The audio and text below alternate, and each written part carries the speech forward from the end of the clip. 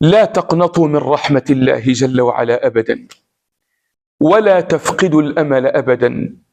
مهما كثرت المعاصي والذنوب ما عليكم إلا أن تتوبوا، ما عليكم إلا أن تقلبوا في صفحات تاريخكم وتتوبوا من كل ذنب مضى ومن كل كبيرة.